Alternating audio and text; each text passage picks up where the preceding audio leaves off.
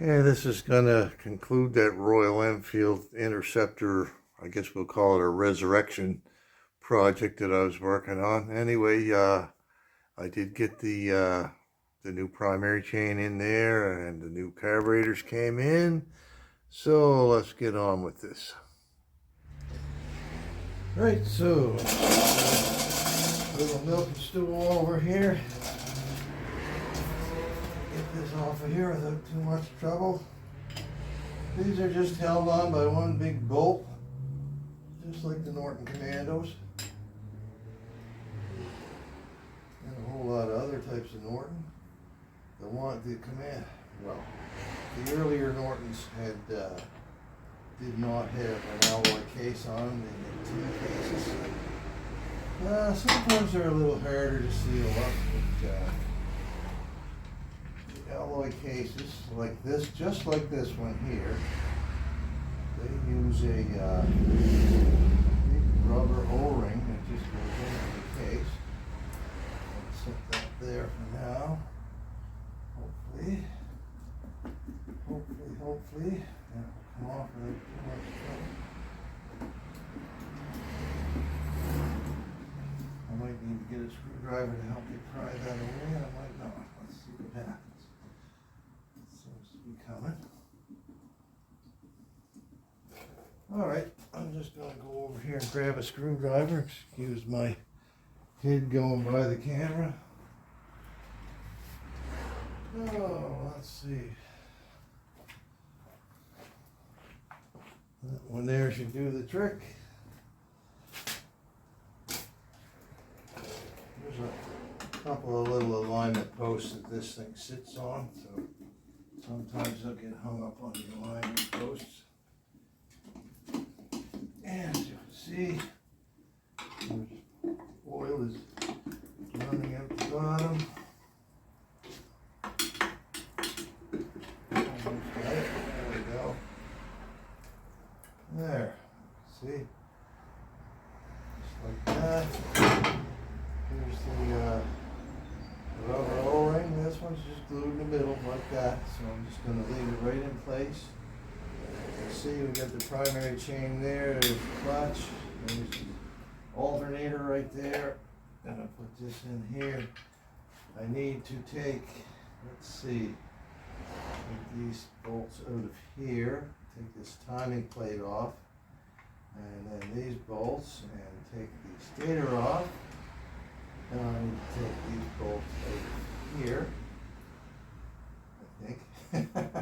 Yes, and remove this pressure plate arrangement here, and get at the nut that's down inside of there, so I can remove the chain. And here's some of those posts that the case was holding up on, these little alignment posts right here. Even this one right here, where the chain tensioner fastens onto, and it goes into that case. So, anyhow, I'll let you know what happens after I get this stuff out. All right, I thought I'd just show you this while I'm putting it back together, so that you know that I did take it apart. Anyway. This is actually pretty simple to work on. It's a great big nut that holds that sprocket in place. That sits on a very large spline on the end of the crankshaft, which is good and strong anyways. What else? Anyway, there's the new chain on there. There's the old floppy one right there. It's not as bad as I thought it was, but I feel better with the new chain in there. Anytime you're ever taking one of these apart, I'm going to give you a word of warning. Watch out for those springs right there, because when you take the last couple of threads on these bolts, then them springs all of a sudden will decide they don't want to live there anymore, and they'll go bouncing all over the floor just like they did on me. I found 5 of them right away, but I had to get the flashlight to find the 6th one, and I did. And they're different lengths as well. The longer ones go in the pockets here that don't have the adjusters on them. So just be aware of that if you're doing one of these. Anyway, I'm going to put the adjuster back in there on its little peg where it slides on over, and you can see there's quite a bit less of height to that chain because, well, it's brand new. So anyway, let me get on with that. Right, and the primary chain adjuster's back in. You can see I've got that's almost screwed all the way in compared to, what was it, about 3/4 of an inch of thread there that you could see with the old chain. And I've got about 3/8 of an inch of play on that chain. So and that's not pushing hard on it, that's just gently up and down. So that's it for replacing the chain. I'll put the alternator rotor back in there and then the stator on, and I should be able to close her up. Right, so all the innards are back in there in their place. So now it's just a matter of putting the cover back on. I've got some of this pretty cheap litho or thistle type of gray sealant on that O-ring there. It's really just silicone seal. Anyway, wiped it all off and it's ready to go back on. Everything's been tightened up. The little nut that holds the rotor in this case, is tightened up. The big nut that holds the sprocket, these have been tightened up. The chain slack is set to where it should be, so it should be just a matter of fitting this back on over those alignment pegs, and that's a bit of a trick sometimes, but just a matter of getting this back on there, getting everything to line up and push that in place. Let's see if I can do this without too much wearing. It seems to be in there where it's supposed to go. Oh yeah, I can see it there now. That should be it. Just like that. Okay, so I'm going to put just a little bit more on this big washer here to make sure that no oil oozes out around that bowl.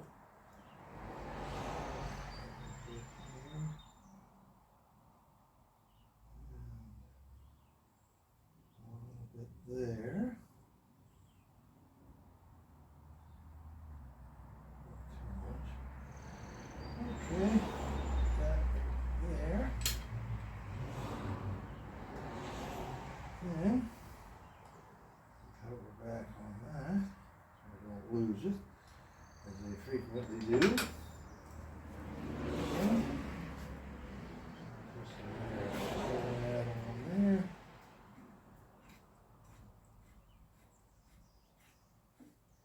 I'm not going to put any oil in this right away. I'll wait till sometime tomorrow. So it's about 10 to 4. So honestly, it probably took me about an hour and a half to do this whole job. So not too long at all. I did get sidetracked a couple of times by the wife and one of my good friends stopping in, so that's okay. Just rest this. And add up the snug, and that's it. Push it back in place. Wipe some of the fingerprints off of there.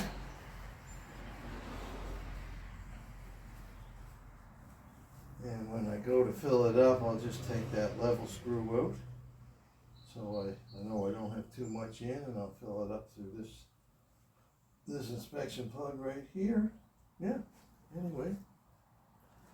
That's how you change a primary chain out of a Royal Enfield Interceptor.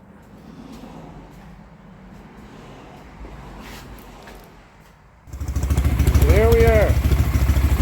Brand new Amel Premier carburetors on there. The island just perfect. Hit the gas.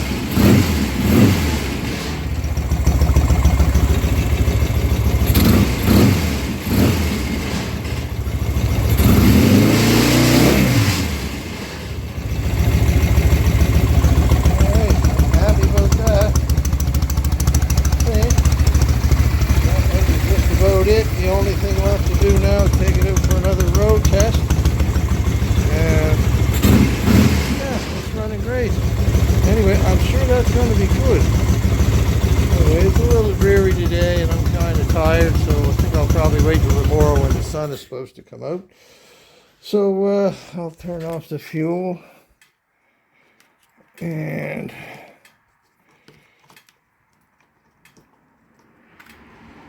turn that fuel off. That battery, I'm starting to think that might have a dead cell in it. It's done some really weird things. And I had it completely disconnected. In other words, I had the fuse out. And it still went down like that because the horn is trying to blow, but it only blows when the engine's running. So anyway, like I say, it does have the condenser, the big capacitor, I should say, in underneath the seat there, the same as Norton Commandos have on them, and it will start with no battery in the system at all. So in any case, I'll just have to check that out again, because I was having a little trouble with that battery. Then it seemed to come back to life again, and now after sitting for only about a week with the fuse out, it's still gone half flat. So yeah, it's kind of telling me I might have a bad cell. But anyway, I'm happy with the carbs. The bike seems to be running nice with those. I've got them all dialed in now. So now it's just got to wait for a road test. Okay. I was going to bring my little tripod and I forgot. So anyway, here we are. I'm about 3-4 kilometers from home right now, but the bike seems to be working perfectly. So I'm pretty sure that this is ready to go home to Charlie. I'm pretty happy with it.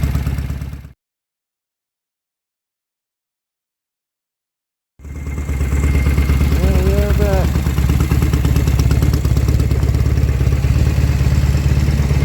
It says 30 on the trip meter, so that's probably about 25 miles in time today. There's my hat laying on the ground.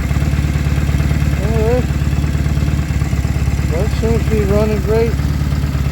Said before about different bikes, she might not be the prettiest girl in town, but she sure knows how to dance.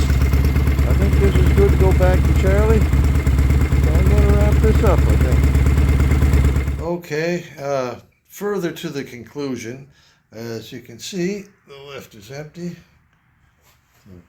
The Royal Enfield is not in the shop. That's not the Royal Enfield. So anyway, it has been taken home. Charlie came up to pick that up on Monday. I think he told me that he stopped at his daughter's place not far from here and had a little show and shine with them. And then he started the bike up and carried on from there. He nearly had an accident about 3 miles from here. Apparently somebody pulled out in front of him, but he managed to avoid hitting them.